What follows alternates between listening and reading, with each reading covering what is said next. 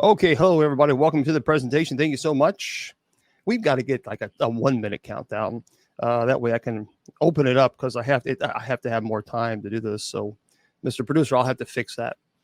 All right, everybody. So now we're live on all of our formats on Facebook and YouTube and everywhere else. Let me just change everything, make sure everything is good. Yeah, I'll do we'll find a 1 minute countdown. That way I have plenty of time. Well, hello, everybody. Welcome. Hopefully you're having a great day wherever you are. And, well, we're going to talk about that in just a second. I'll give you all the clues. It's going to be a cool show. We're going to have a cool show as we normally do every Friday. Today is, for those who want to know, today is Paranormal Friday. Paranormal Friday. So many of you just, wait. You're ready. Let's go. Let's go for the Paranormal Fridays. Well, here it is. And, of course, I'd say happy Friday to all of you.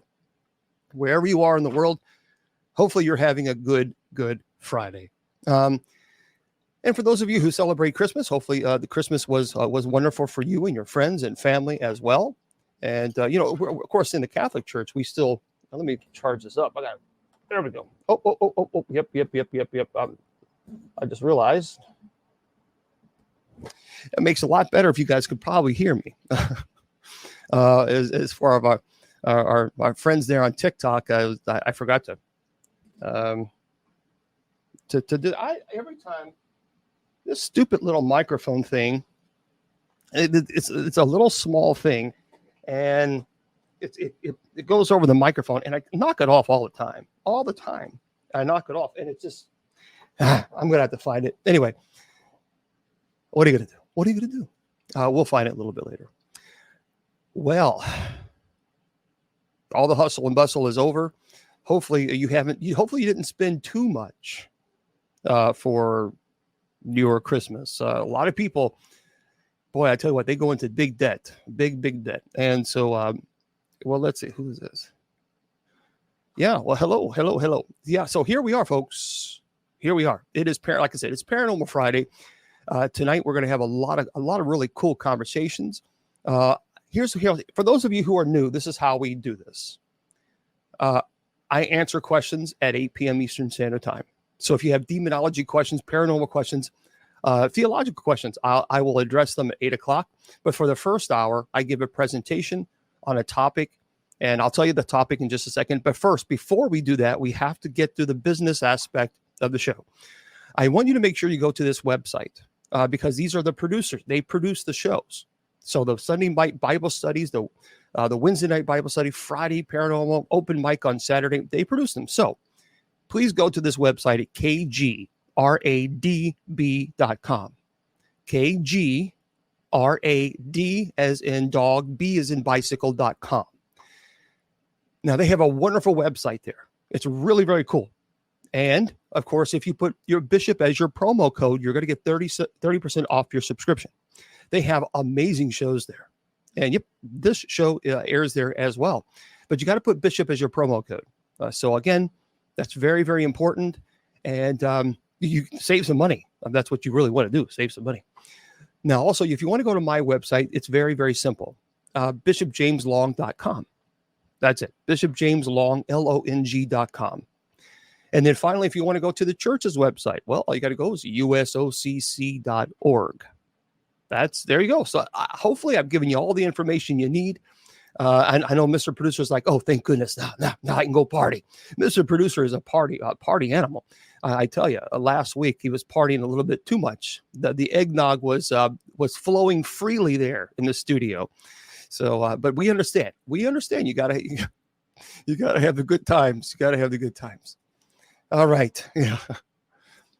So tomorrow, by the way, we are going to be on air, and I will be here with Miss Wilma.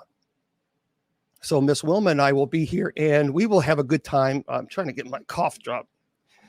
We will have a good time. This is an open mic tomorrow. This is what happens when you run late behind. You don't get everything. But we have open mic tomorrow, and from 8 to 8:30, we just goof off. We just have a good time. And then at 8:30, I once again answer all your demonology, paranormal, and all these other questions as well. Oh, well, thank you. Actually, yeah, I got that, I think, a couple of years ago, a year ago. Something. This microphone is actually good. but technically it's really not the best microphone for, in my opinion, for when you do shows. I mean, that's my opinion. Yep. Again, it's a nice microphone, but it's not really what a lot of the radio stations have. A lot of the radio stations have what's called the Electro Voice RE20. Now that's a microphone. Those are the microphones that are actually used in the studios.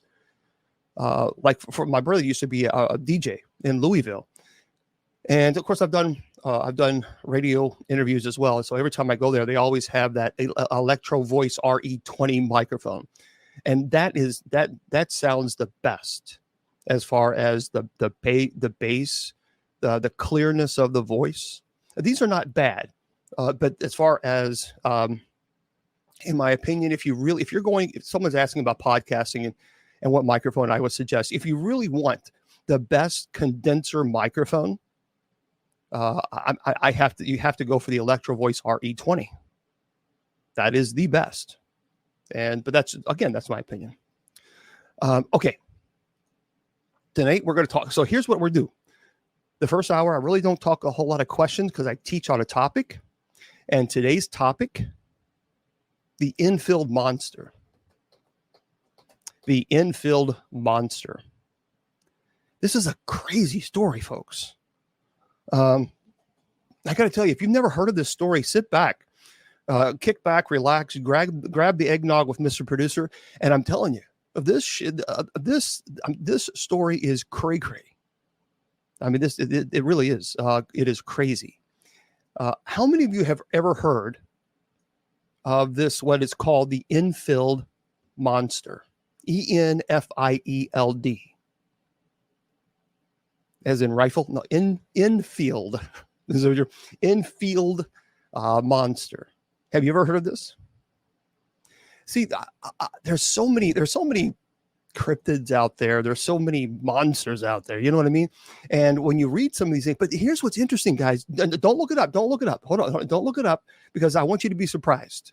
So don't look it up because when you hear of this craziness, some of you are going to be thinking, okay, this is insane. But here's what's scary about this. The Enfield monster is based allegedly on a true story. So that's what makes this even more, as in Enfield, Connecticut. Yeah. So that's what makes this more cray-cray, is that it's based on an alleged true story. Thank you, Jacqueline. And for those of you, I want you to be aware that if you ask questions and I don't answer them, it's not because I'm being rude. It's because I have several computers running at the same time. And so TikTok, thank you. If you offer gifts to the ministry and I don't say thank you, it's not because I'm being rude. It's just I can't see it because I'm looking at this computer.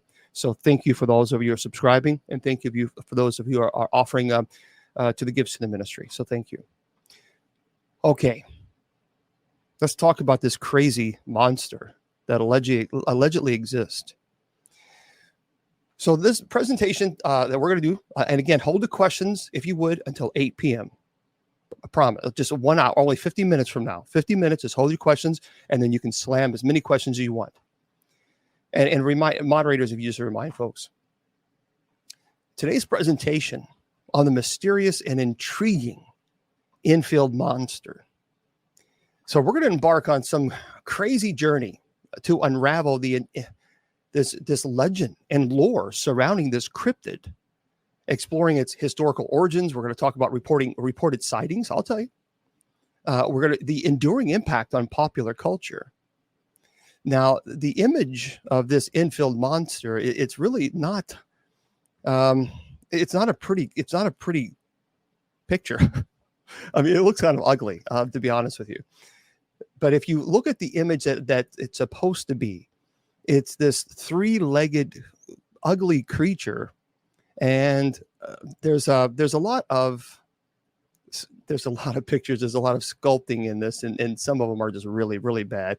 But let me just show you. I'll show you them on the phone, and that way you can kind of get an idea what I'm talking about. And I'll just briefly show it to you. But you can always Google this as well. Now, this is from the alleged sighting that people have claimed that this is what this is. So here's TikTok first. There you go. That's a sculpture of what people have said this thing looks like. And there's our friends on Facebook, YouTube, and Twitter, and KGREDB Radio. Okay, so now that you've got this idea of what this thing looks like, and again, I understand some of you are thinking, okay, that's just insane. It is. But as I mentioned, the story is allegedly true, and that's what makes it even more interesting. Okay. The Enfield monster it's shrouded in myth, mystery.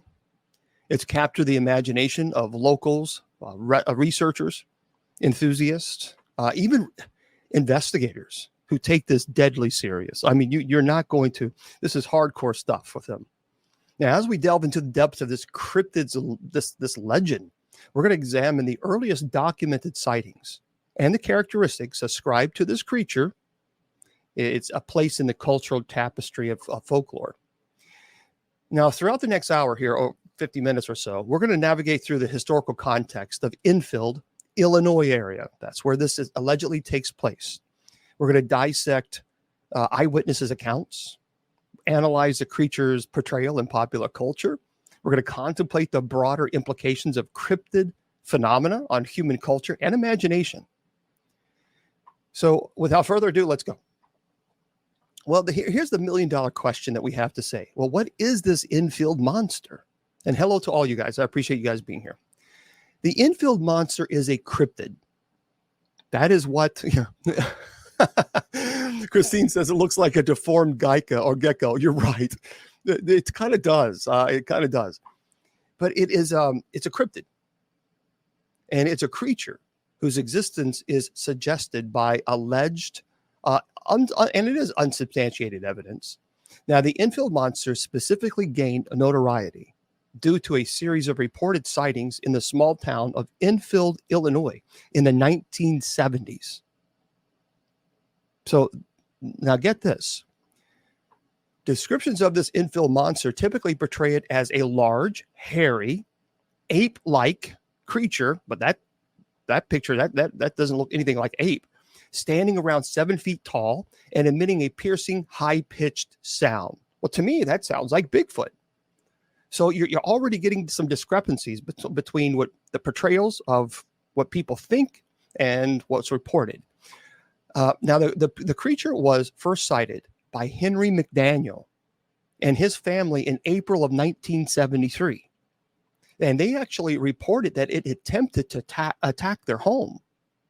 And according to these accounts, the creature had 3 legs. This is where it gets a little bit different from a bipedal creature like Bigfoot, which, by the way, I believe does exist. I know some of you are like, okay, but that's my opinion. And that's my opinion based on the people that I've spoken to who are experts in the field of cryptozoology. And based on the evidence that they have captured, I think there's something there. So this creature had 3 legs, allegedly. It's a short body, 2 pink eyes the size of flashlights, and a coating of gray hair, among other features. So it's interesting how some people are saying it's large, it's hairy, it's an ape-like creature. And then other people are saying, no. It has 3 legs, it's a short body, and it has 2 pink eyes the size of flashlights. Now, subsequent sightings and reports from other residents of the area added to the mystery and the lore surrounding the Enfield monster. Now, the Enfield monster sightings generated widespread interest, prompting local law enforcement agencies to get involved, the media, and even curious onlookers to investigate this phenomenon. So this actually was reported by law enforcement. So the creature's reported appearance and behavior led to a varied interpretation, some speculating that it was an unknown species of an animal, while others viewed it as a product of folklore, misidentification, and there were some people, I was just getting ready to say that, Willie Windwalker Gibson, who's a shaman, who's a great friend of mine, known him for years and years and years. Matter of fact, I've had him on the show. Willie, we'll have to get you back on the show, but let's do it next week. Had said it sounds like an alien. There were actually people who said that this was an alien. Now, despite extensive attention and investigation at the time, the Enfield monster remains an unsolved mystery. Its existence has not been conclusively proven. However, The legend of the Enfield monster persists in local folklore, popular culture, and cryptozoological discussions, where people take this quite seriously, contributing to the enduring fascination with cryptids and unexplained phenomena. People were truly, legitimately terrified. At this time, they were really frightened. So for those people who were living in Enfield, Illinois, I mean, people were scared because they were afraid that this creature, whatever it was lurking in the woods and was attacking homes and animals. And matter of fact, there were some animals. Oh yeah, that's a good question. Yeah, Colt 123. Can you believe in aliens and believe in God? Absolutely, 100%. I think it is virtually impossible to argue that we have no other life outside of this solar system. It just simply doesn't. That can be that I can't comprehend that concept. Only because if you truly, really realize how large our solar system is, just our solar system, and then our Milky Way, and then all the billions of other Milky Ways that are just like ours in the universe, even bigger. Billions. Do you understand? Now, wrap your mind. When I was at space, I know this indulge me for a moment. When I was at space camp, yes, I was a space camp nerd. Okay. When I was a kid, I went to space camp in Huntsville, Alabama. And they talked about how massive the universe was and how many Milky Ways and how many solar systems are out there that are just like, and if not bigger and much older than ours. Yeah, well, see, that's the thing. Rag. People are saying, aren't aliens, especially interdimensional ones, just demons? We just simply don't know. It's a good debate to have, and we'll talk about aliens again. Matter of fact, we'll have Willie Windwalker Gibson on because he's pretty amazing. But let's not get off topic. Let's jump back onto Enfield monster. I'll get your questions. I promise. Just hang tight with me until 8:00. So the Enfield monster's enigmatic nature and the enduring interest in its legend have cemented its place in the realm of cryptids. It's adding a compelling chapter to this mysterious creature and the legends that continue to captivate the human imagination. So let's talk a little bit about the origins and the historical context, because I think that's important to understand. So let's give it a breakdown. The origins and the historical context of this monster are closely tied to the small town of Enfield, Illinois. Enfield is Enfield. And the series of recorded sightings and that captured the public's imagination and that truly frightened them in the early 1970s. So Enfield it's a rural community in White County, Illinois. It has a rich historical background rooted in agriculture, local industry, and it's a very close-knit community. It's not a large community at all. Now, the town's serene atmosphere and the proximity to natural landscapes and woods, it provided the backdrop for the emergence of the Enfield monster legend. So the earliest documented sightings of the Enfield monster occurred in April of 1973. Again, when I mentioned Henry McDaniel, if you want to Google that later on, he's a local resident, he reported a harrowing encounter with this creature. So this is what he said happened. According to McDaniel's account, the Enfield monster allegedly attempted to attack his home, sparking widespread curiosity and concern in the townspeople. Thank you. McDaniel's detailed description of the creature's appearance included its unusual feature and behavior, immediately captured public attention. It set off a chain of subsequent sightings and reports. Now, the Enfield monster, the sightings quickly garnered media attention.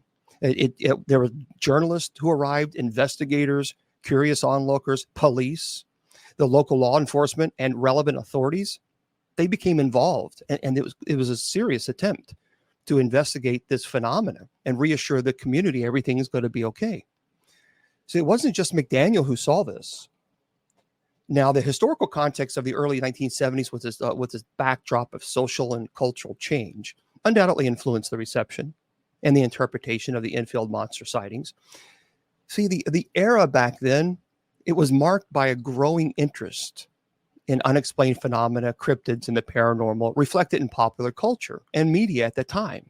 So, yes, the media played a part in this, in that they elevated these creatures, and so people might have been a little bit more on the jump.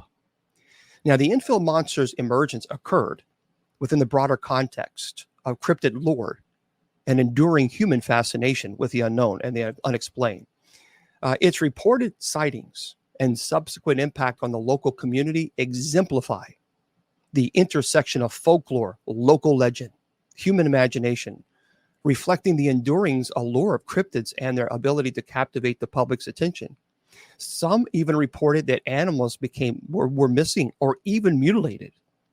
The historical context and local setting in the Enfield, Illinois, it provides a rich backdrop for understanding the emergence of this impact on the Enfield monster legend. If you really think about, if you're in a culture, in the country, and you don't have a huge police force, and you're having woods around you, and animals are then coming up missing or deceased, and then you have someone reported that this creature is attacking their home, you can understand why some folks would be a little afraid. Now, here's what I want to say, and we'll get back to this presentation in a second. People ask me all the time, is there a particular book, for example, on demonology? People are asking me if I think this is a demon. Well, first of all, let me just say this. If you're really wanting to find a book and read about demonology, then I'm going to encourage you strongly to go to this website, darksiege.com. Siege is S-I-E-G-E, darksiege.com. You've got to get those books. They are phenomenal. And I'm telling you, there are very few books out there that I will absolutely strongly endorse. Willie Windwalker Gibson is one of them, his book. But go to darksiege.com. And please he has 2 books out. His name is Jason McLeod. I'm telling you, he worked with the Warrens. This case that he writes about is phenomenal. I mean, I promise you, if you get this book, you won't put it down. You will buy it and buy it. You read one chapter and you go right back. You're just like, I remember one time I had to get up at 4:00 in the morning, and I started reading, and I read one chapter. I was like, man, I can't put this book down. And then it was like that. It was like that. Do yourself a favor, darksiege.com. You don't have to be afraid to read them. It really is. This is based on a true story, a true case that he worked. I have endorsed these books strongly because they are just that phenomenal. Okay. Darksiege.com. We'll talk about that. Moderators at 8 p.m., if you would do me a favor and remind me of 2 things on TikTok, Dark Siege and the Retreat. So that way I won't forget, because there's so many things I have going on right now. So Dark Siege and the Retreat. Please, moderators, at 8:00. Oh yeah. That's a good. Yeah, sure. Let me just do that for you a second. Someone's asking me, can I? Yeah, no problem. There you go. I put it on for Facebook, YouTube, Twitter, and KGRADB Radio. There's the link right there, darksiege, SIEGE.com. Yep. And there you go. Then so just simply go to that website and order them. Order them. I'm telling you guys, it is. I promise you will not regret it. Okay, so here, let's talk about this sightings. As I mentioned, in April of 1973, the McDaniels family, it wasn't just one person. It wasn't just Henry. The actual whole family, they encountered with this creature. It became the foundational event that sparked widespread interest in this phenomenon. So his testimony described a series of disturbing events that unfold in their rural home. So it wasn't just a one-time event. This actually happened several times. Now, what he said specifically was that he and his family were really startled. They were terrified because originally it started with strange noises outside their residence in the dead of night. So obviously they live kind of in the country, and there are very, very little lights out there, number one. So it's already kind of eerie. And then you have woods around you, and you have these really strange noises. Now, people are saying, well, it could be a bird. Folks, If they've lived in there all their lives, they know the difference between a bird and some other creature they've never heard before. Now, investigating the source of the commotion, McDaniel actually claimed to have witnessed an inexplicable creature lurking near his property. So he decided to go out and find out what this strange noise was. Remember, we're talking the dead of night, no lights. You can understand that could be kind of creepy by itself. So the creature would later become known as the Enfield monster.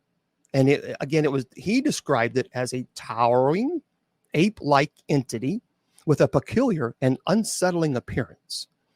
And he said that this creature emitted a very high-pitched, piercing sound and displayed aggressive behavior, territorial behavior, prompting fear and concern among the eyewitnesses. Notably, McDaniel's description of the Enfield monster, he was very descriptive. He said it had 3 legs, but he also said it had a short, stocky body, but his legs were very long and 2 large pink eyes, resembling those of flashlights. And he saw it was a coat of gray hair. So these details, along with the creature's reported attempt to break into the family's home, contributed to the sense of alarm and intrigue surrounding the sighting. He also stated that it wasn't just outside, that this creature actually tried to get into their home. And sometimes it would bang on the sides of his home, and or the door would like someone was trying to break in. Now, following the initial encounter, the McDaniel family, their report of the Enfield monster's aggressive behavior and unorthodox appearance quickly captured the attention of local residents. And as I mentioned, law enforcement got involved. And the subsequent dissemination of their account through news outlets, word of mouth, led to a surge of curiosity within the community. So you got to understand, this was big news. Something shook is Enfield, Illinois, Enfield, Enfield, Illinois. So even the news got involved. This truly frightened this family. Now, the first sighting of the Enfield monster, rooted in the McDaniel family's occurrence, marked the beginning of a series of reported encounters that would contribute to this mystery. So it wasn't just the McDaniel family. There were people, that the townspeople were saying that they were seeing this creature as well, and this high-pitched sound, and they were terrified. Thank you. Well, thank you. And the compelling nature of the initial sighting, coupled with a detailed description provided by Henry McDaniel, laid the groundwork for the Enfield monster's emergence. Now, again, the description and characteristics we talked about attributed to the Enfield monster, as reported by eyewitnesses and individuals who claimed to encounter the creature. So there were investigators who actually went out into the woods to try to find this creature, and they would see what appeared to be a 3-legged creature running, and they explained what he looked like, etc. So it wasn't just the townspeople; it was also investigators who showed up too. And the accounts have collectively shaped this prevailing image of this cryptid. And what in the world was it? Now, there were eyewitness testimonies, again, just besides the people who lived there, and they reported a general depiction of the Enfield monster. Again, it seems like they're always reporting primarily it was large. It had humanoid. It was a humanoid creature, and some said it was 7 feet tall. Some said it was even more, like 10 feet tall. Specific details, it varied depending on who they spoke to, which makes sense because people say, well, why is there inconsistency? Well, for a variety of reasons. Number one, if they're seeing them at night. 2, if he's running and hunching down, then obviously that perception may be different if this thing is standing straight up. Now, it seems like all of them are describing this as tall. The minimum seems like to be 7 feet and towering over the witnesses. They all describe this creature as formidable, that you didn't want to mess with it. Enfield, Illinois. Enfield, Illinois. So Enfield, Illinois. If we have any moderators or if we have anybody, Enfield. So if anyone's asking, where is it? Enfield, Illinois. This creature is portrayed as robust, muscular, contributing to its intimidating stature.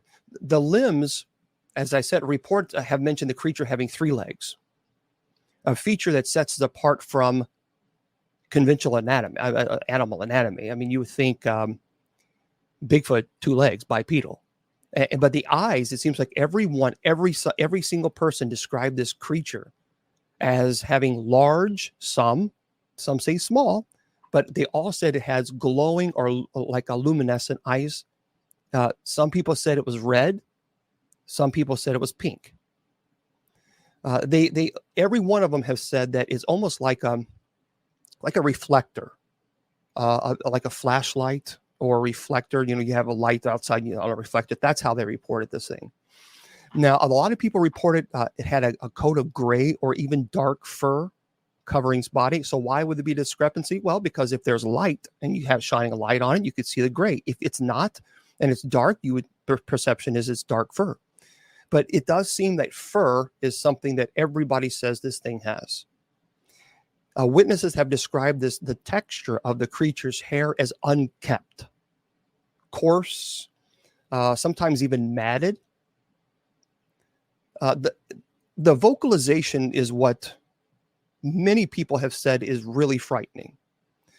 So they say it's a high-pitched, it's a piercing sound.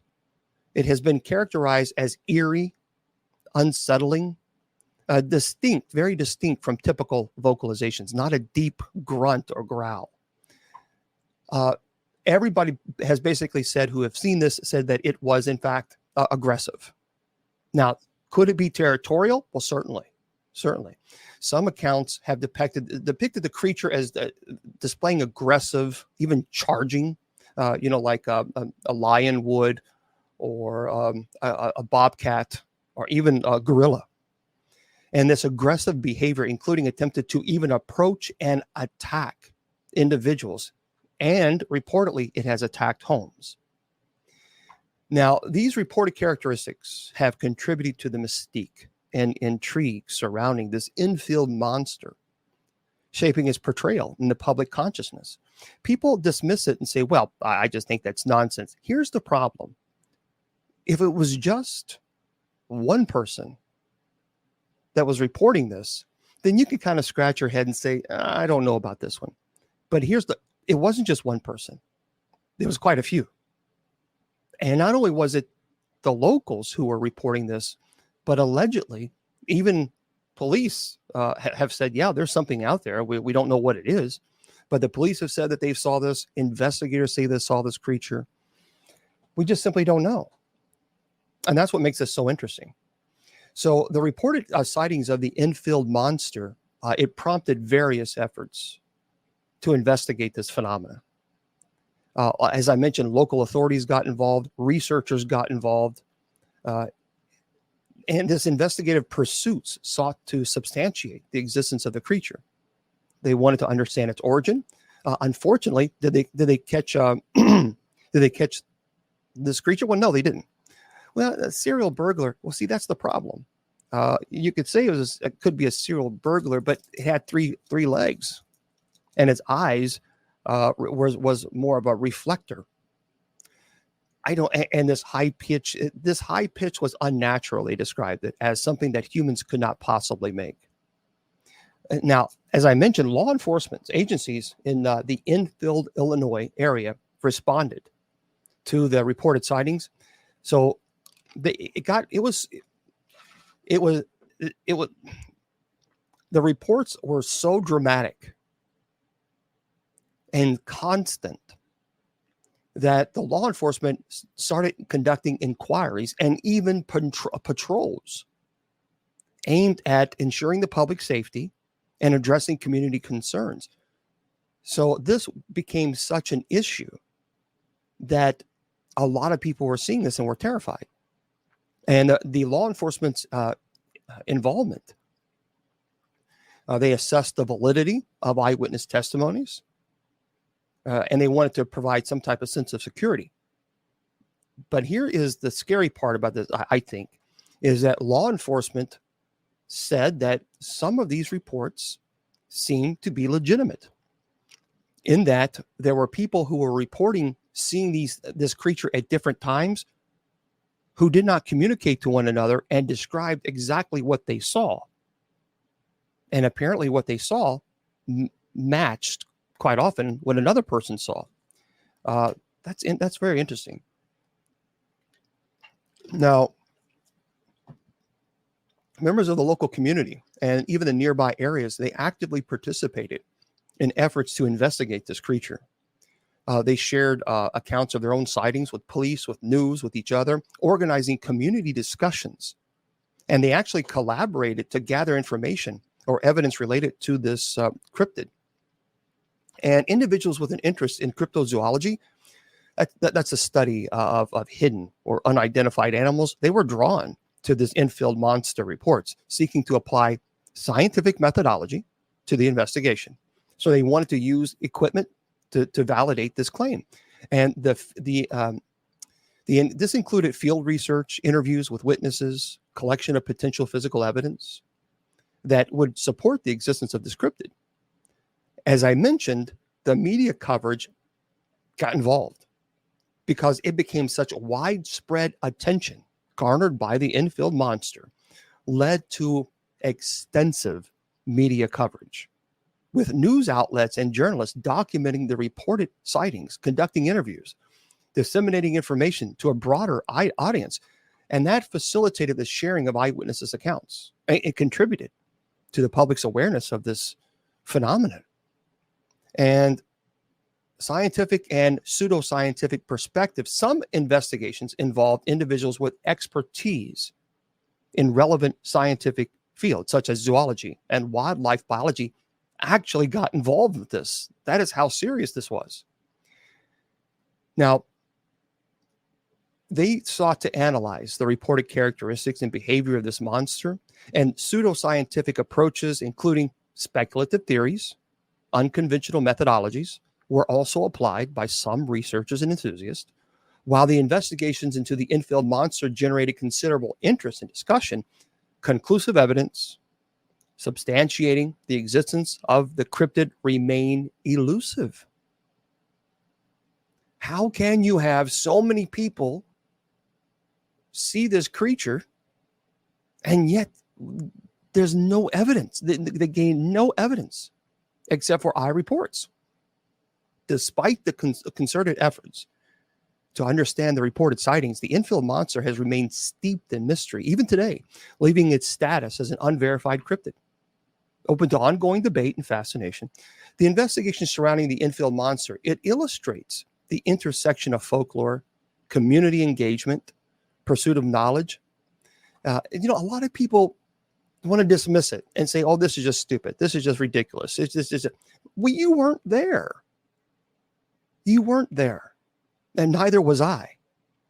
And so for these people, what they saw was 100% real, and you were not going to convince them otherwise. And I think far too often we're quick to judge someone even though we weren't present. And that really bothers me sometimes. I think we that the ad hominem attacks on individuals, rather than look at the evidence or look at what was reported. These people have nothing to gain by telling a big fat lie. Nothing. They weren't out writing books. They weren't out doing movies. They were not doing anything at all to garner income. You can certainly say, well, there's intent behind perhaps lying or creating this make-believe. Well, if they're making a big money, but they didn't. So what they did is tell the story, knowing full well that was going to put a target on their back by being made fun of. So this is something that I think we have to be very careful about, immediately jumping to conclusions and then attacking people. And what's fascinating is some people saw this creature as 7 foot tall, 8 feet tall, and some people say he was 4 or 5 feet tall. And people say that's a discrepancy. Well, again, this creature could have been lurching down. He could have been stalking. We just simply don't know. Now, there are some reports saying that he had short claws, like for hands. Some people say they didn't see that at all. There have been books. So if you don't know anything, the Enfield monster has been featured in books, articles about cryptids and unexplained phenomena. And there's a lot of books on this. The Enfield monster actually has been the subject of TV shows and even documentaries that focus on paranormal phenomena and cryptids. It's been featured in episodes of series such as Monster Quest and In Search of Enfield, Enfield.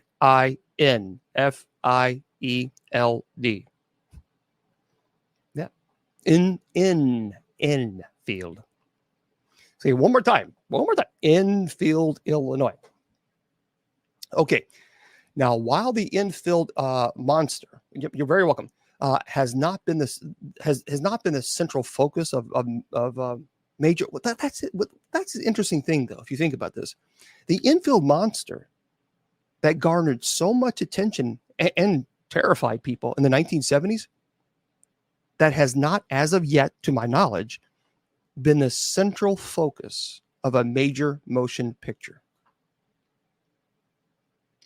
I mean, it has likely been referred to on a feature in an independent or perhaps a low budget film, but related to cryptozoology and other sightings. But as far as a major motion picture, the Enfield monster there's no movie. And I think that's quite fascinating, considering that this was such an uproar in the early 70s. Now, some musicians and bands have been inspired by cryptids like the Enfield monster, and they actually have referenced them in their songs or album. And the creature's eerie and mysterious nature has made it a compelling subject for storytelling and music. With the rise of podcasts and online media focused on paranormal topics, the Enfield monster has likely been discussed more than once and analyzed in various audio and video formats. So believe it or not, I mean, some people did record it. This alleged creature, again, I have to say alleged because if I don't, people get angry. This alleged sounding creature, I'm trying to find something. Hold on one second. So if I can, yeah, it was 1973. So 1 second. Yeah, if I can find this, well, thank you very much. Yeah, it doesn't. I saw this one sound, but I just it can't sustain it. But if you Google EVP of the Enfield, thank you, then you might be able to catch this. Now, a lot of people say, okay, is this fake or is this real? Well, here's the deal. As I mentioned in 1973, this allegedly happened. And a lot of people want to debate this, and that's fine. That's fair. That's completely fair. Some people regard this whole report as a potential hoax, and others consider there's possibility that something actually genuinely occurred. The incident has never been definitively resolved, so it remains a matter of interpretation and belief, really. But here's some things that I think we have to consider before we immediately discard this. First of all, several individuals claim to have seen the Enfield monster during the 1973 sightings. So it wasn't just one witness. And I mentioned that the accounts varied. Many described a similar creature with 3 legs. It seemed like every single person said it had 3 legs. Red or pink eyes, generally a humanoid appearance, and the sincerity and consistency of these witnesses have been scrutinized by skeptics and believers alike. Now, there's debate as far as, was it really hairy? Was it not? Was it tall? Was it short? So there's some inconsistencies there. Now, despite the eyewitness reports, there's not been any tangible evidence of the Enfield monster. And there were never clear footprints, photographs, or any physical traces to support these claims. So this absence of concrete evidence has fueled skepticism about, does this creature really exist? Now, there have been some skeptics who have offered various potential explanations. So we have to be fair. And they claim, including misidentification of known animals. Some say this is all just a hoax perpetrated by local residents. But the point to do that would to be the benefit of it financially in some way, but they haven't, or even mass hysteria. Now, others have suggested that the creature could have been a cryptid or even unknown animal. Regardless of the veracity of the sightings, the Enfield monster has become a part of the local folklore. It's left a lasting impact on the community. It has been embraced as a part of the town's identity, with the creature's image appearing in local businesses and events. And believe it or not, there are some families that will not allow their children to go into the woods, even to this day in that area, because of their true, legitimate fear of this creature. But due to the lack of conclusive evidence and the passage of time, it is challenging to definitively determine whether the Enfield monster was a hoax or a genuine unexplained phenomenon. And the Enfield monster, this creature is quite fascinating. As I mentioned, it had multiple sightings. There was so much media coverage over this creature. It had a massive community impact. So even today, and the cryptid status, the Enfield monster is often categorized, as I mentioned, as a cryptid. And again, that's a term that's used to describe creatures that are reported in folklore, but for which there's no conclusive scientific evidence. And there's a lot of skepticism. And I understand. That's fine. But as a cryptid, this creature as a cryptid shares similarities and differences with other cryptids from cultural mythology. So here are some similarities. Number one, like many cryptids and creatures from cultural mythology, the Enfield monster is steeped in folklore and local legend. It's become a part of the community's identity, whether they like it or not. Cryptids, including the Enfield monster, often represent unexplained phenomena that challenge conventional scientific understanding. It has an impact on popular culture. Along with other cryptids and mythological creatures, it's left an imprint on popular culture. And cryptids such as the Enfield monster are often associated with specific geographical locations, while creatures from cultural mythology can be found in diverse cultural contexts around the world. The Enfield monster, so it seems, is tied to a specific locality in Illinois, while mythological creatures may originate from diverse cultural traditions. This is what makes the Enfield monster so unique, because it's not being reported in other different cultures, such as Bigfoot, or the Yeti. You have the Yeti being reported all around the world in many different cultures. But what's very strange about the Enfield monster is it seems that it's just geographical. Now, mythological creatures are often deeply rooted in ancient traditions and historical narratives, whereas cryptids, like the Enfield monster, are often associated with more recent sightings and reports. And of course, we have to consider, I'll get to your questions in a minute, guys. We have to consider the belief systems. Creatures from cultural mythology are often deeply embedded in the belief system and spiritual practices of the cultures from which they originate. But cryptids, on the other hand, are often the subject of scientific investigation and speculation, with beliefs about their existence varying from individuals and communities.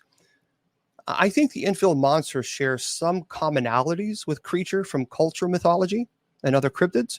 It also possesses unique characteristics that clearly distinguish it from within the broader context of unexplained phenomena and folklore. Now, look, the cryptid phenomena, and I talked about cryptids, what they are, as exemplified by the Enfield monster. It reflects the intersection of unexplained phenomena, human imagination, folklore.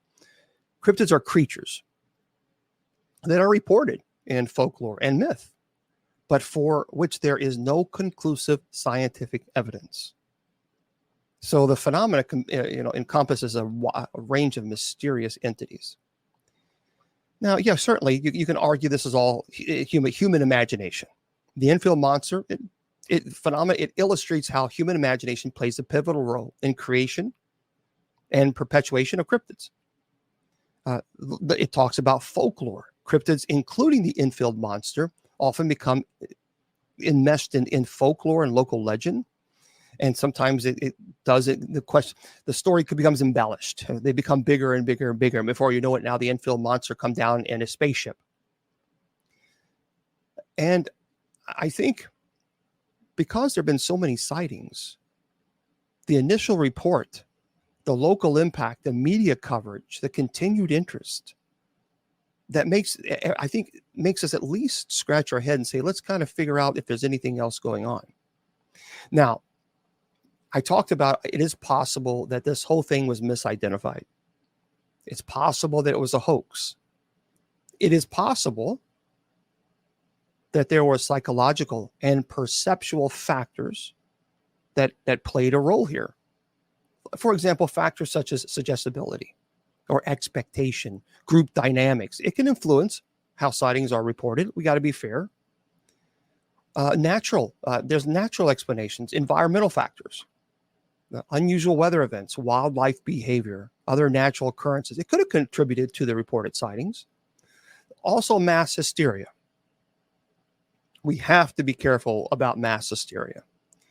In some cases, reports of unusual phenomena certainly be attributed to mass hysteria, or what's also called as collective delusions. That's the official term, where one or more individual report a sighting. It can influence the perception and reports of others in the community. For example, here's a perfect example, speaking from collective delusion within faith. And again, I'm clergy, but mass hysteria, the preacher says, hallelujah, hallelujah, and one person falls down. And then another person falls down. And then another person falls down. And then you have what's called collective delusion, where it influences the perception reports of others in the community, where everybody now falls down. Now, people say, now, wait a minute, Bishop Long, that's not very nice, because that could be a legitimate miracle going on. The Holy Spirit could be filling the room, and the preacher is waving his coat around and whoosh and doing this, and I fall down and all that. Well, okay. That's, you can argue that. But I have a question, and this has nothing to do with the Enfield monster, but why is it that the people fall, but the help doesn't? So in other words, when the people fall, the help behind the people, so they don't fall and hit their head and bust their head open, there's a big lawsuit, they don't fall. That doesn't make a whole lot of sense. I mean, if this is truly happening where everybody's falling and the spirit, so there's the spirit just, you can't touch this guy because he's one of the people who carry him. Come on. Seems a little strange to me. But that, again, that's called collective delusions, where everybody else falls except for the ushers, because the ushers has to stand there and make sure that the person doesn't fall and hurt their head. Just saying. Now, what happened? It happened allegedly at 10 p.m. That's when Henry McDaniel reported this creature. He heard he described it as a scratching sound at his front door, and he looked out and actually saw something that he thought at first was a bear. So he grabbed a gun and a flashlight. He went outside, and a strong wind, and then saw this creature and between two rose bushes, and that's when he said it had 3 legs on it. It had a short body, 2 little short arms, pink eyes, big as flashlights. He said it stood 4.5 feet tall, but it was, again, hunched down. And he later added that it was almost like a human body. So what he did is he fired 4 shots at the creature. One shot actually hit it. And he said, he described it that it made this hissing sound like a wild cat before fleeing towards a nearby railroad embankment, covering 50 feet in 3 jumps. So he called the local authorities. And the local authorities claimed they discovered footprints in the soft earth near the house, which McDaniel described as dog-like shape. It had 6 toe pads.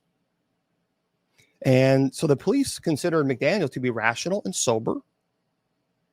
And in a later press interview, McDaniel said, if they do find it, they will find more than one, and it won't be from this planet. I can tell you that.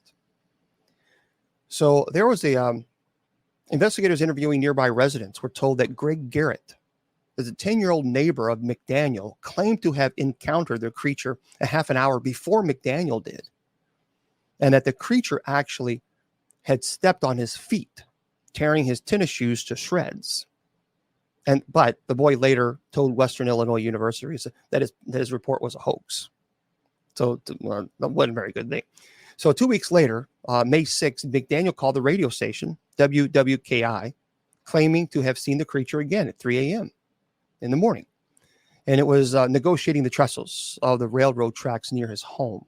And McDaniel said, I saw something moving on the railroad track, and there it stood. Now, he said he didn't shoot it. And it started down on the railroad track, and it wasn't in a hurry or anything. And a search party, including WWKI's news director, Rick Rainbow, explored the area later on that day and reported observing, and this is what I'm talking about. They reported seeing an ape-like creature standing in an abandoned building near McDaniel's home. And they claimed to have made a recording of the creature's cries and fired a shot at it before it fled.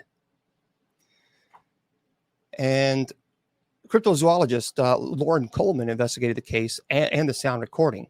And 2 days later, a day after McDaniel was interviewed on local radio, the local press reported the police were called to investigate reports of gunfire and arrested 5 young men from out of town who had actually come to Enfield in order to photograph the creature carrying shotguns and rifles for protection. The men claimed that they saw the creature.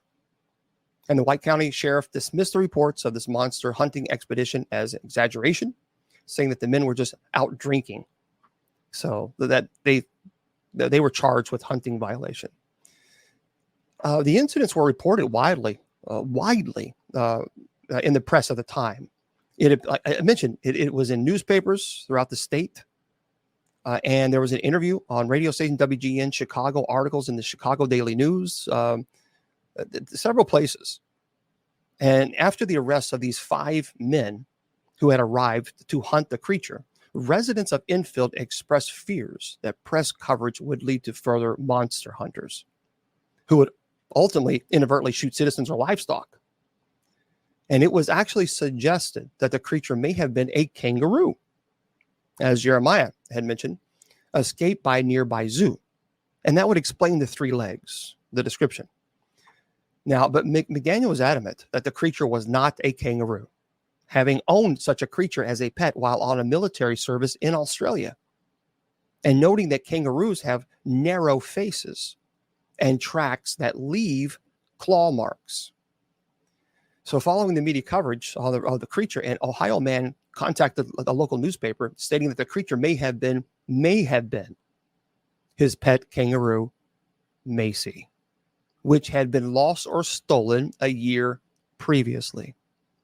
A few days after the event, United Press International quoted an anthropology student who suggested that the creature may have been a wild ape, noting that such animals had been reported throughout the Mississippi area since 1941. Now, researchers in Western Illinois University, headed by David Miller, investigated and analyzed the incident. It published it as a case study in social contagion. The researchers found there were no more than 3 or so firsthand reports, and that subsequently it had been exaggerated. And in the area of the southern Illinois, it was not unreasonable to assume that Mr. M, who saw this, or the radio news team had actually seen an animal. People we interviewed framed the recent interviews of these terms, and they say it could be a dog, a calf, a bear, a deer, wildcats, etc. But it certainly is crazy. There's no ifs, ands, or buts about that. When you hear about this, it really does make you wonder. And I don't know. I just wanted to present that to you guys and see what you think. But it certainly does. Yeah, I mean, could it have been a kangaroo? Well, I mean, it certainly is possible, considering the fact that the gentleman who said he had a pet kangaroo. But I don't know. There have been, yep. Oh, thank you very much. But there have been other people who said, nope, absolutely not. Okay. Thank you, Jeff. So a couple more things. Folks, remember, now I want you to go to this website. Yep. Thank you very much, everybody. Go to this website, darksiege.com. And make sure you pick up those books. I'm telling you guys, if you want a book, if you want books that are, that are on cases that are legitimate, then Jason McLeod, who's a friend of mine, he worked with the Warrens. He was trained by the Warrens, and he actually worked the case. And I'm telling you, this case is phenomenal. Darksiege.com, SIEGE, SIEGE.com. Well, I think the three legs was the tail. Thank you there, Mr. Producer. I think that's what it was. It was the tail. It was the two legs and the tail. Perhaps that would explain the 4 feet. You know, I think it certainly is plausible, but it's pretty interesting. Yeah, darksiege.com. And also, so here's the deal. We are going to have I'm not finished yet. I'm just letting you guys know a little bit about some things that I don't want to forget about. So we have a retreat. Yep, thank you very much. We have a retreat that's coming up March 14th through the 17th. So it's coming up just a couple months. Now, we are with the United States Old Catholic Church, and we do not get paid as clergy.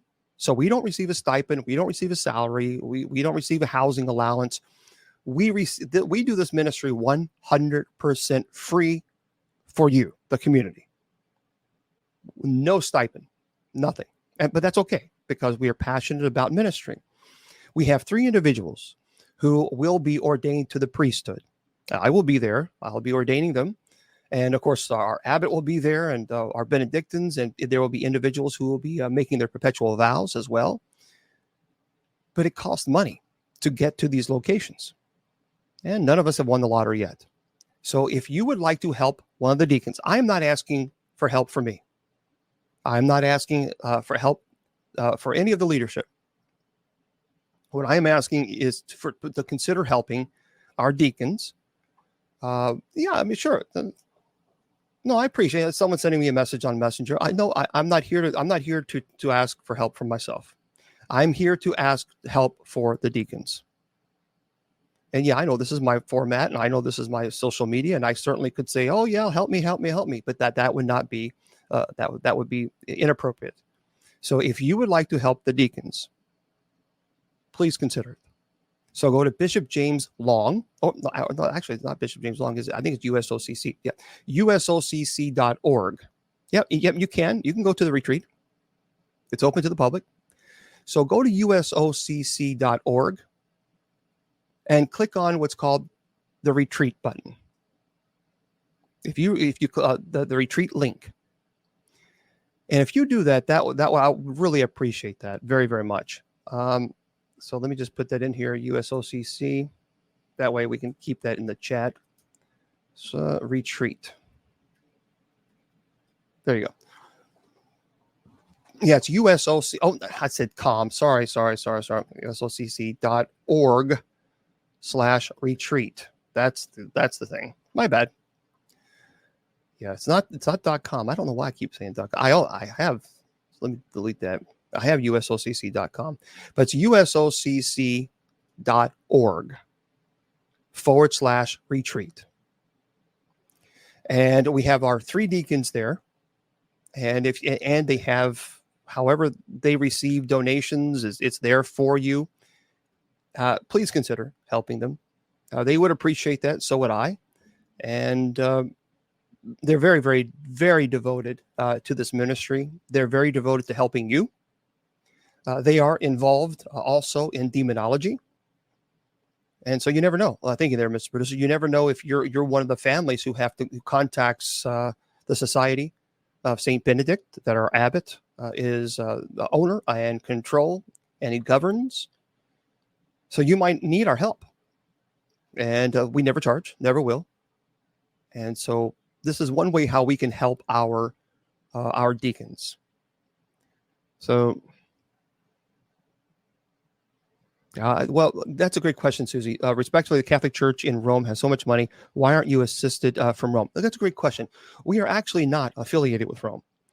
So in 1890, officially, well, actually 1120 was the official break. But in 1890, there was a split within the Church of Utrecht, over papal infallibility. And because the church in Utrecht was given complete autonomy by Pope Leo XIII. So because he couldn't keep going back and forth ordaining and or consecrating bishops. So they said, okay, build the community, build it. And so they did. The church in Utrecht, and they became a very, very wealthy and wonderful, vibrant community. So then the church, the Rome, decided, okay, well, now we're back here. And so we want the property. We want your money. So surrender your money, surrender your property. And the church in Utrecht said, no. This is the community's money. We haven't asked for any money from Rome. This belongs to the community. You've given us autonomy to do this. And then Rome said, well, you're heretics if you don't.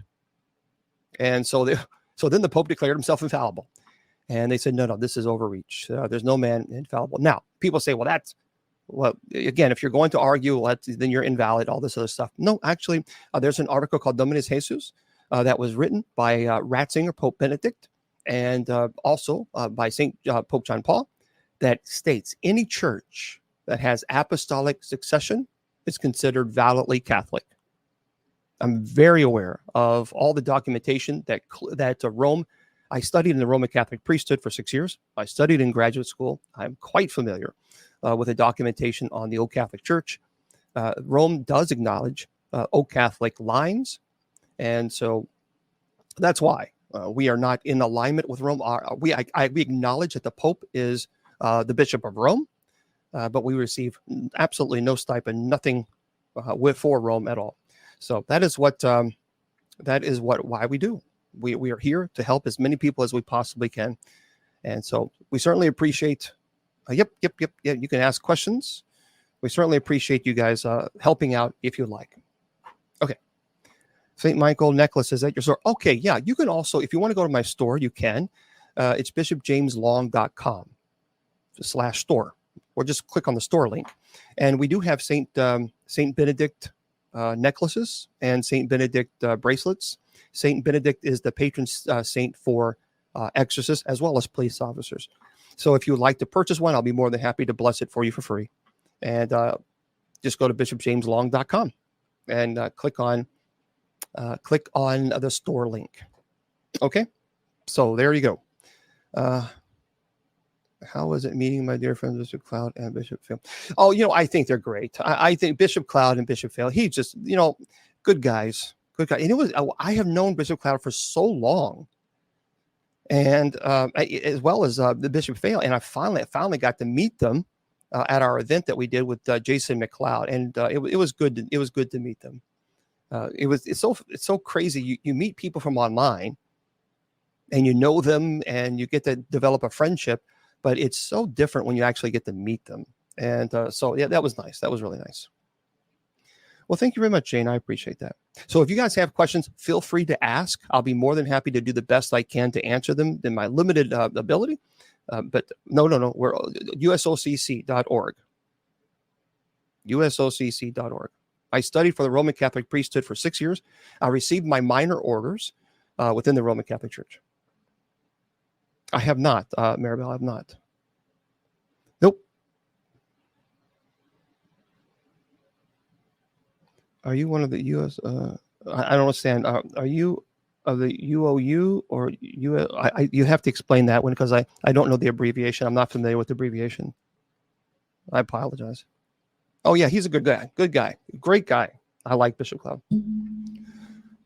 Okay, I do have articles that I also want to talk about that as well. I am an exorcist. Yep.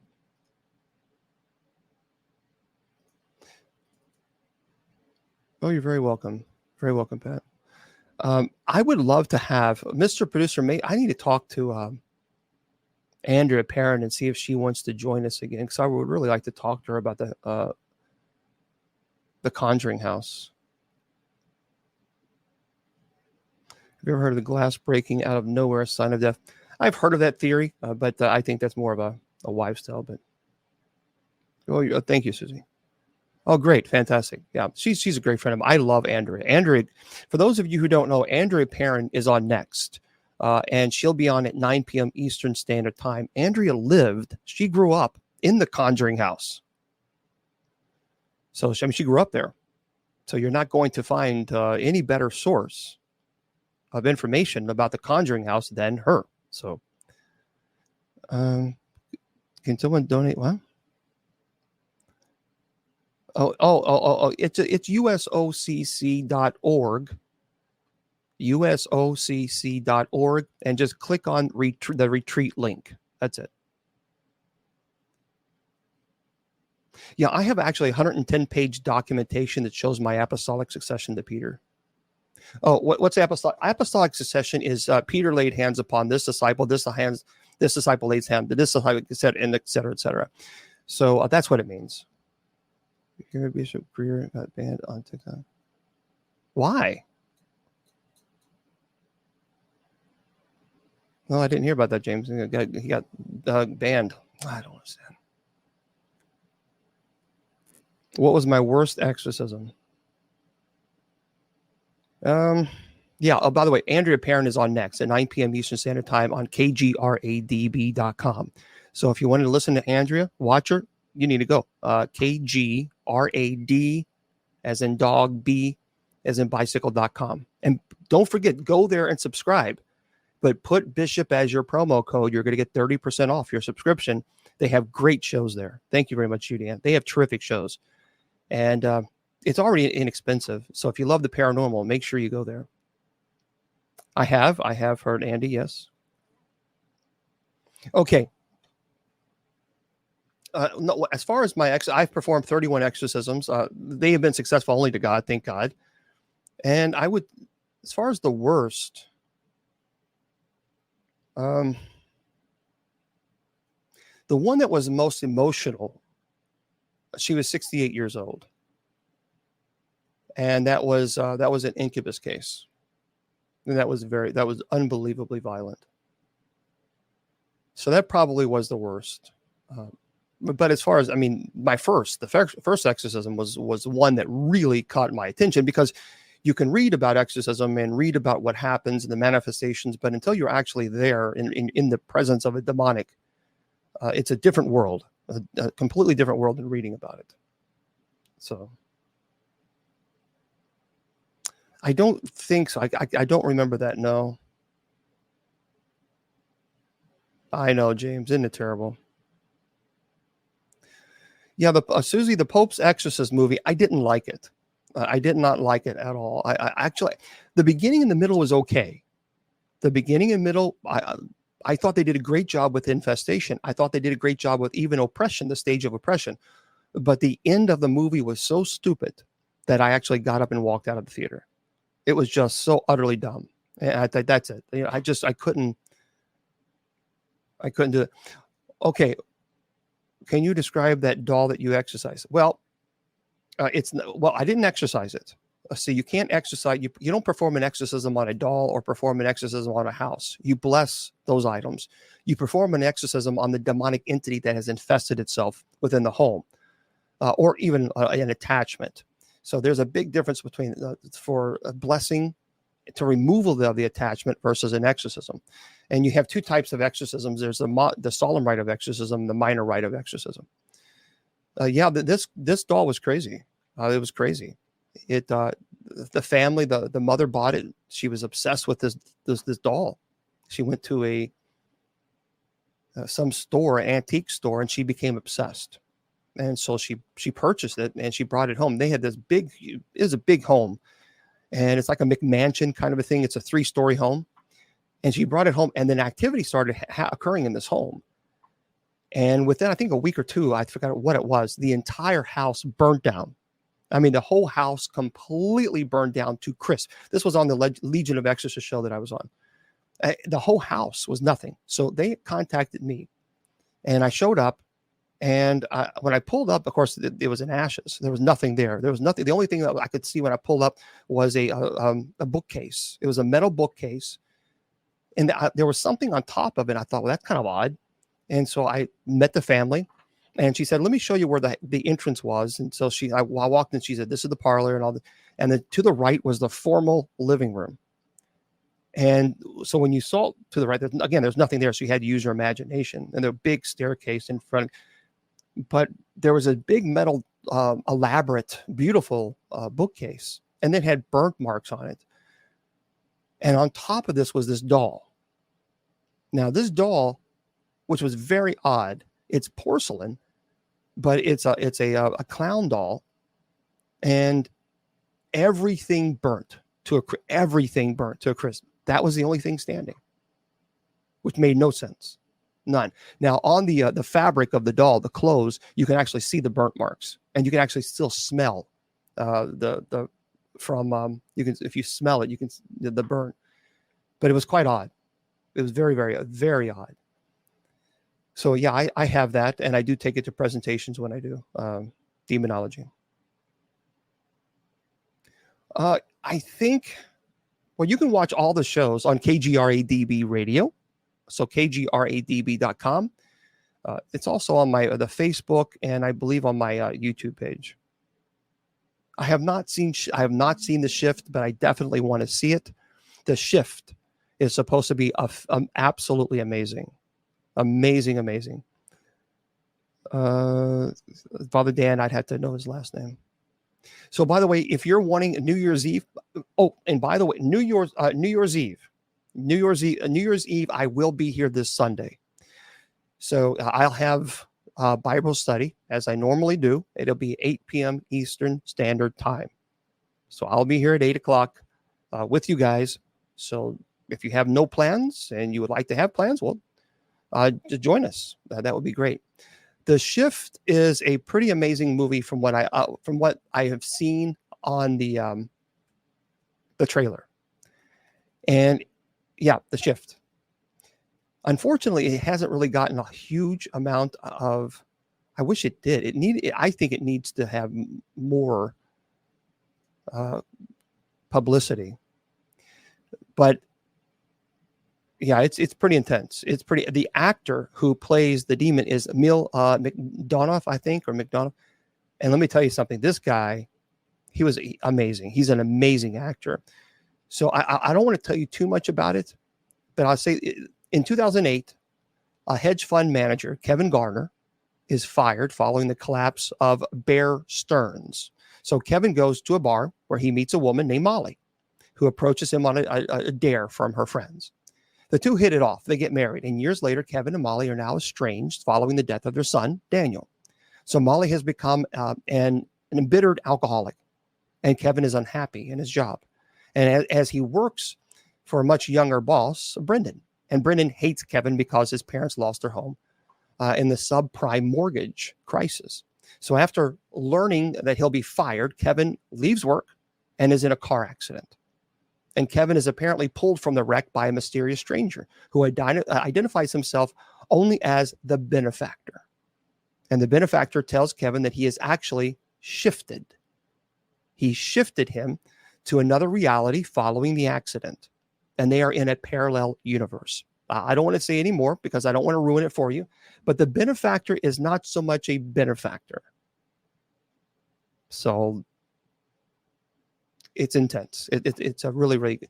Yeah, and here's what's so sad about that. Emil McDonough, he is such a great actor, that he has a deep faith in God, and he will not be in a movie in which it requires him to have a makeout session with another actress, because he says that he feels that it's adultery, and he won't do it. So for 2 years, I saw him in an interview. For 2 years, this man was blackballed in Hollywood. He couldn't get a job. He couldn't get a job anywhere. No one would hire him. So he said, he lost a lot of his car. I mean, has house issues. I mean, he was in trouble financially because he couldn't work, because no one would hire him, because he was not willing to be in movies in which he felt was committing adultery. And so he was really, really delighted to be in this movie. Actually, originally, when they told him the role, because of his faith, he's such a devout Christian, the role that he's playing, he was like, no, I don't think this could, no. But after giving it some time to think about it, he said, okay. So I think he's a phenomenal actor. And I definitely, unfortunately, it's not on Blu-ray. It just came out not too long ago. I think it's Angel Studios, if I'm correct. It's Angel Studios is who produced it. I think that's right. And they did the Chosen. I don't like Gnosticism. Gnosticism is heretical. Matter of fact, I just did a presentation. I think it was just this past Wednesday, on Bible study. I did a presentation on heresies, and I've talked about Gnosticism. No, I don't know about this, Father Dioriel.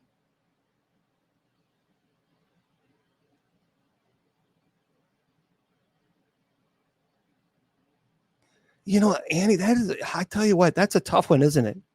Annie's asking, do I believe in parallel universes? Man, I got to tell you something. Parallel universes are quite interesting. And I think I would like to learn more about it. I got to say that my knowledge as far as parallel universe, it's limited. I don't feel comfortable enough to give a presentation on it now. But there's a belief that we live in a parallel universe. That, in other words, there's another universe just like this, just like us. And even some people say that we have this doppelganger, if you will, that there's an exact replica of us in another universe that perhaps maybe, I don't know, the president of the United States, or maybe an exact replica of us is a famous movie star, or whatever it might be. And it's very interesting. It is an interesting concept. And portholes, yeah, a lot of people believe in the paranormal community that, like Bigfoot, that these creatures are interdimensional beings, that they exist in other universes, in parallel universes, and that somehow they're able to use porthole or time travel in order to go from their universe to our universe. So, were you going to talk about narcissism? Wasn't. Did I say I was? No, I'm not going to talk about it. I'll talk about it if you want me to, but I don't remember doing saying I was going to do a presentation on it. But you have to understand I might have said that. And if I did, just let me know. Yeah, it is interesting. So, by the way, New Year's Eve paranormal investigation at the Conjuring House. If you guys have heard about this, it's sold out. So, if you're wanting to do the investigation there, New Year's paranormal investigation, you ain't going to unless you got a ticket. It's only about half an hour from Springfield. Stands an infamous yet terrifying farmhouse, and this, of course, is by John Budanis, I think. The Conjuring. It's preparing for a paranormal extravaganza this New Year's Eve, and hosted by the dynamic duo of drag queen paranormal investigator Monique Toussaint and author Sam Petrusis. The sold-out event promises an unforgettable night of paranormal and bone-chilling exploration. So attendees lucky enough to snag this ticket, they say, will delve into the depths of the haunted Barrelville abode, armed with ghost hunting equipment provided by the host. The house, notorious for its ghostly resident Bathsheba, Herman from the 1800s, will be open for brave souls to conduct their paranormal investigations. Here's what I'm going to say about this, and I think it's important to say. Stay away from those locations. I'm sorry, stay away from them. You know, here's what I got. I'm not a fan of people going to these locations knowing of the demonic history, knowing that, in fact, an individual became possessed in that location. And then you go to the location for an investigation. And then here's what happens. Then people contact me. And then they say, well, I went to this location and I investigated, and it's known to have demonic activity. And now all hell is breaking loose in my home, and I'm terrified. I got scratched. I got bit. I'm afraid. I have an attachment. Fix it. And then my answer to them is, no, I'm not the one who broke it.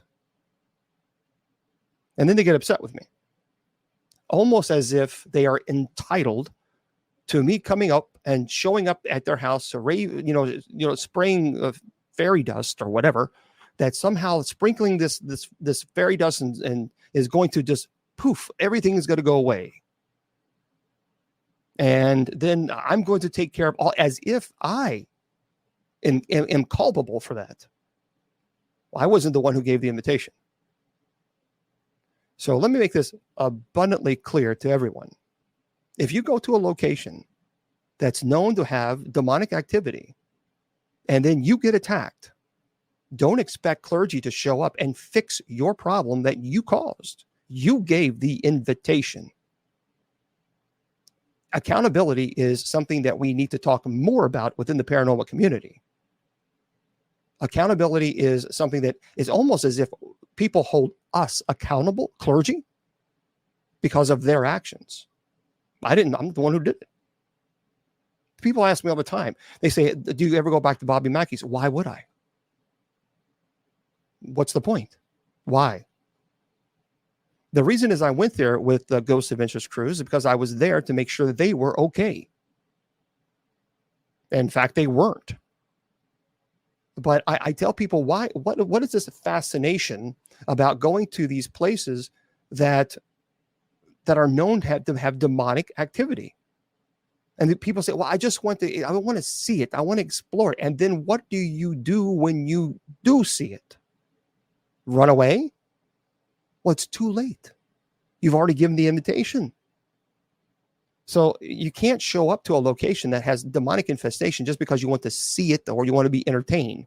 Well, that entertainment has serious implications and long-term consequences for your actions. So you cannot call clergy and then demand that we stop everything that we do to come fix a problem in which you created, and then get angry when we say no. Because I throw it right back at them. What are you willing to do to make this go away? Well, that's why I called you. So you think that the only answer is to call me and I just come over and fix it for you. That's not how this works. It's not how it works. You have to be an active participant, recognize that what you have done is have invited the demonic to enter your life, and now you must accept that consequence and responsibility. So number one, the sacrament of reconciliation must occur. I don't feel comfortable with doing that. I don't feel comfortable coming to your home. I don't feel comfortable coming to your home spending $1,500 of my own money to get to your home because I'm not going to charge you. So if you're not going to at least work on fixing the problem that you created, then don't expect me to show up and sprinkle fairy dust and say, poof, now everything's gone, because it doesn't work that way. And that is real talk, straightforward. I mean, that is no sugarcoating. And I mean, just one of those things. You can't, that's just like jumping into an ocean where you see great white sharks and cutting yourself on your arm and then jumping off, right? Just go ahead, just jump on over the board and then get bit and wonder why. Why in the world did you get bit? But of course, with a shark, I mean, you might get bit and pretty bad, pretty terrible, and you might recover. But with a long-term, with demonic, that is long-term consequence. Leave it alone. Leave it alone. I just don't understand. I don't understand this fascination with people thinking that they can just show up at these demonic cases and there are no consequences. Well, then if you think that, then you truly are just fooling yourself. Because you have to understand something. People who do things like this, they forget about it. If you watch the Mike, no. You know what? Honestly, in all the years that I've done this, someone's asking, can the demon enter your home if you watch demonic movies? In all the years that I have done this, I have never worked a valid case where someone watched a scary movie and now they have a demonic infestation.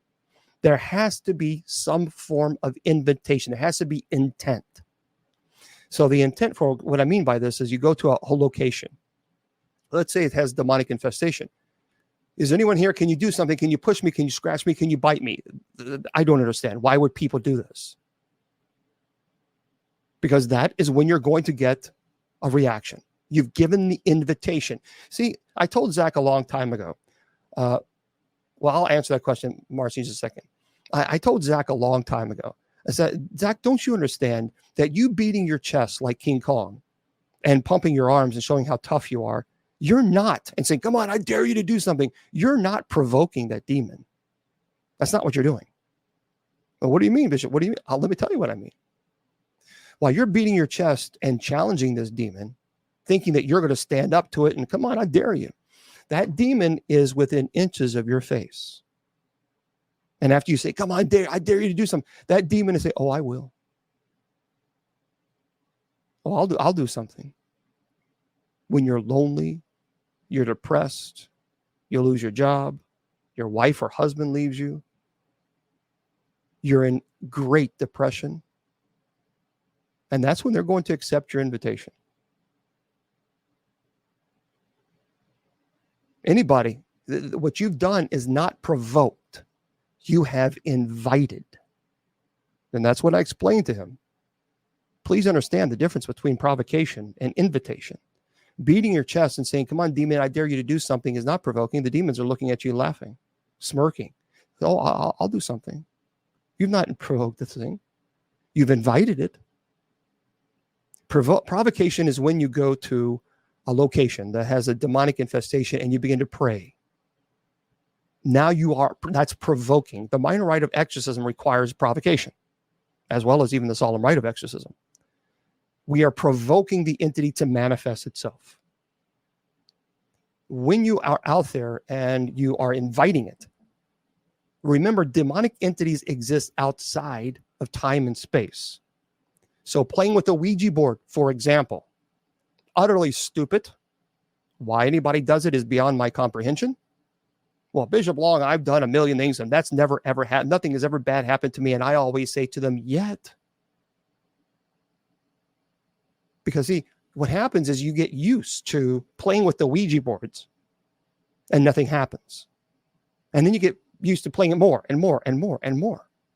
It's like running a red light the first time you get away with it. Then you run the red light the second time. Now you're going a little faster. And the third time you're going a little bit faster. And the fourth time, now you're going really fast, except this time the red and blue lights start flashing behind you. And now you are driving at 85 miles per hour in a 15 mile per hour zone. And now you're in trouble.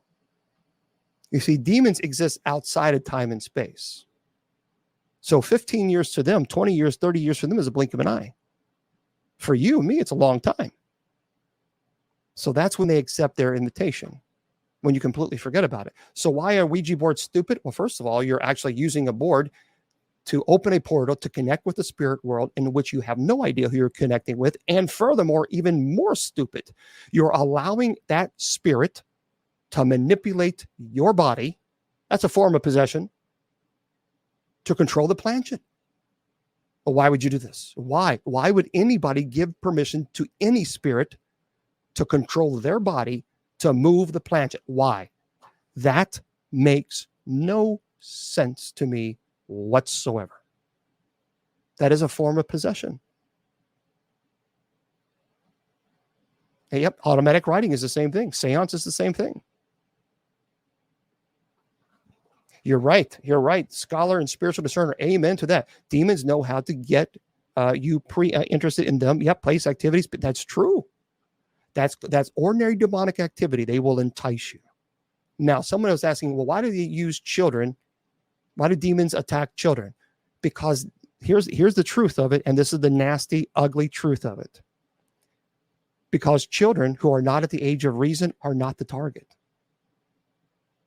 Demons will use anything and everything to get to their main target, you. And they will use the most vulnerable to attack the one that they truly want to attack. Well, how does that happen? Well, kids get scared. The demons are frightening them.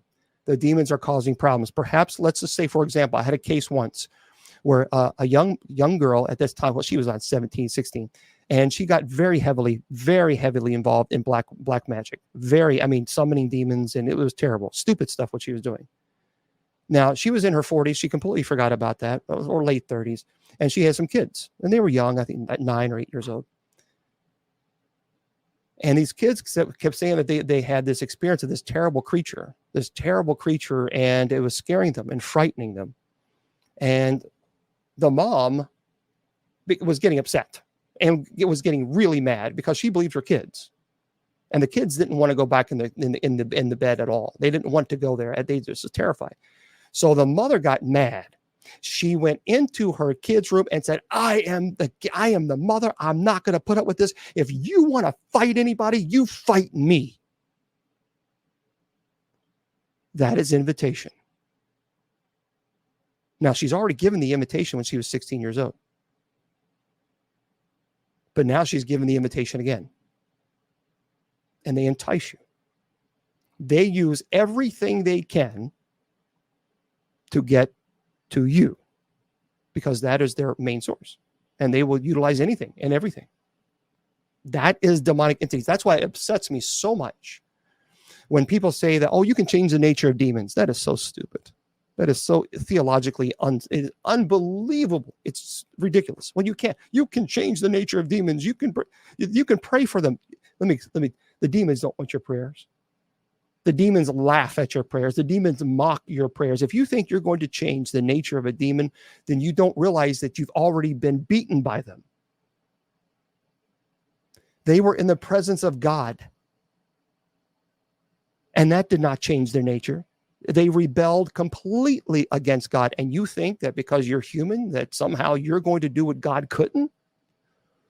Ooh, we treading on thin ice there. Thin ice. So this acting like you can control the nature of a demonic is absolutely the intent. Your intent may be good, and that I respect that. But here's the problem. Once you begin doing that, I had a case where someone began praying for demons, a particular demon. I'm not going to mention the name, because they were absolutely so convinced that they had so much love for everything that their love was going to change the demon's perspective on everything. And then they began interacting and summoning its name and things of this nature, invitation. And they got in trouble. Yeah, so stay away from that. Just stay away from that. Not a good idea. Not a good idea. Brandy says, what if I was 13 years old?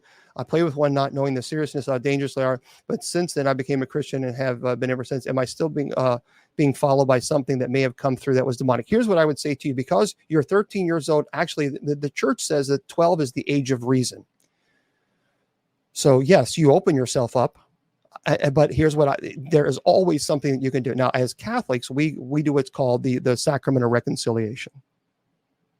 So I don't know your faith, but you can certainly speak to your pastor and ask, your pastor to pray for you, or you can renounce it right now. I mean, denounce all, evil. So.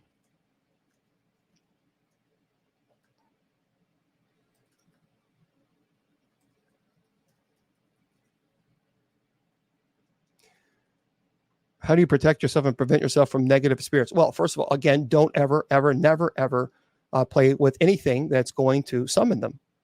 That's absolutely 1,000,000% stay away from that. So don't go down to the road, down that road of even playing with demons. So, yeah, there's prayers. Like here's a prayer, for example. I'll break it down for you so you can see how the parts of it, the segments are. So Heavenly Father, I love you, praise you, I worship you. I thank you for sending your son Jesus, who won victory over sin and death for my salvation. I thank you for sending your Holy Spirit, who empowers me, guides me, leads me into the fullness of life. I thank you for Mary, my heavenly mother, who intercedes with the holy angels and saints. So what you're doing, the first part is acknowledging thankfulness to God. Now, what words you use, you just pray for your heart. So the first step is thankfulness to God, acknowledging God as your God and acknowledging God for all the things that he has done for you. Thankfulness is your first topic, first section. Now, Lord Jesus Christ, I place myself at the foot of your cross and ask for you to cover me with your precious blood, which pours forth from your most sacred heart and your most holy wound. Cleanse me, my Jesus, in the living water that flows from your heart. I ask that you surround me, Lord Jesus, with your holy light. So now you're acknowledging Christ as your personal Lord and Savior. And whatever prayer that you wish to do so, you can say that from your heart. It doesn't have to be a memorized prayer. So acknowledging thankfulness to God, acknowledging that Jesus Christ is your personal Lord and Savior. Second, Heavenly Father, let the healing waters waters of my baptism now flow back through the maternal and paternal generations to purify my family line of Satan and sin. I come before you, Father, and ask for forgiveness for myself, my relatives, my ancestors, for calling upon any powers that set themselves in opposition to you. So that is a renewal and acknowledging your baptismal vows. And you're asking God to purify you just as baptism did, to purify and wash away any Satan or satanic powers, principalities, evil that's come upon you. Then you have, by the power of your Holy Spirit, revealed to me, Father, any people I need to forgive. So forgiveness is a part of this. Lord Jesus Christ, in your holy name, I bind all evil spirits. So you're invoking the name of Jesus. So you've acknowledged, 1, God and thankfulness. 2, you've acknowledged Jesus as your personal Lord and Savior. 3, it's a renewal of baptismal vows, asking God to remove any type of stain of sin, of attachment. 4, by the power of your Holy Spirit, you ask for forgiveness, and then you forgive others. And then you invoke Jesus' name. I bind all evil spirits of the air, water, ground, underground, netherworld. I further bind in Jesus' name. So you're invoking Jesus' name, any and all emissaries and satanic headquarters, and claim the precious blood of Jesus on the air, atmosphere, water, ground, and their fruits around us.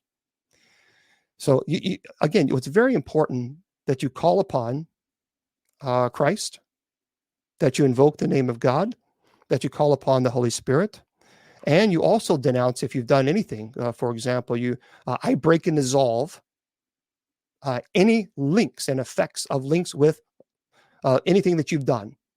So, praying to crystals, or fortune tellers, or tarot card readers, Santeria, satanic cults, voodoos, Ouija boards, occult games.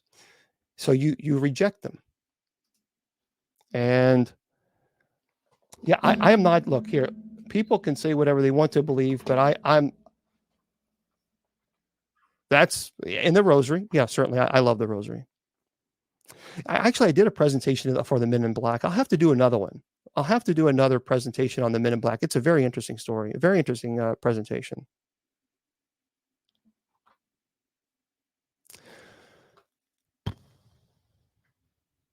Can an incubus or succubus attack you at any time? Well, but again, there's an invitation. So here's how incubus and succubus attacks work. And I have to be careful because, there could be people who are watching who might be younger. So I have to be careful with my terminology and verbiage. But an incubus and succubus will attack you when you're sleeping. And at first, it is not aggressive. So you have adult dreams. Okay, I think we understand where I'm going with this. Adult dreams. And it's not a violent episode in the beginning. But what happens is it becomes very intrusive. And then you denounce it in the name of Jesus Christ. I denounce it. I want this to stop. Because it becomes very intrusive. And then it becomes violent. And at that time, you begin to, the gig is up. So then you actually sometimes see this creature. This refers to the old hag syndrome, to where once the demon knows that the gig is up and that you've called upon this and you're calling upon Christ to remove this attachment, now you're going to see the true creature as it is. I actually had this 68-year-old woman, the case that I worked, she was attacked with an incubus. That was terrible. That was horrible. That was terrible. Again, I have to be careful about what I say. Her family contacted me, as well as her doctors.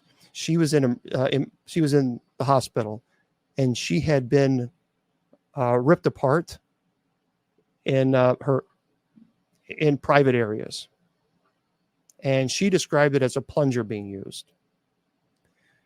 And so the doctor said they had no explanation, none. There was extreme trauma, obviously, and she had suffered with this for quite some time before she contacted me, and no one would help her. No one would help her. As a matter of fact, I had her daughter. I had her daughter on the show, and she's an adult, of course, but she talked about it, and no clergy would help her, and she went through hell, and she described them as bed walkers. So when she was going to sleep, she wasn't asleep completely. She was just laying down, but she would feel what she just told me was like 3 10-pound dogs. They were creeping. She could feel them creeping towards her bed, or towards her. They were on her bed. They were creeping towards her. And then she would immediately, and she was wide awake at this time. She was not asleep. And they would, obviously force, they hold her down and do terrible things. And we actually, our team is the only team in the entire world. So when I do this presentation on demonology, I actually show the video to where you see she's in the bed. She was a small woman. She wasn't a very big woman, and she was lying on her side. And you see her bed sheets rise about 4 feet and then fall, and then rise about 4 feet and fall. And she's screaming, and because that's when it was attacking her. But I worked with her for 3 years. 3 years. And that was one case. That was one case that that was the first time I actually thought about quitting, because I did everything that I could to fix it.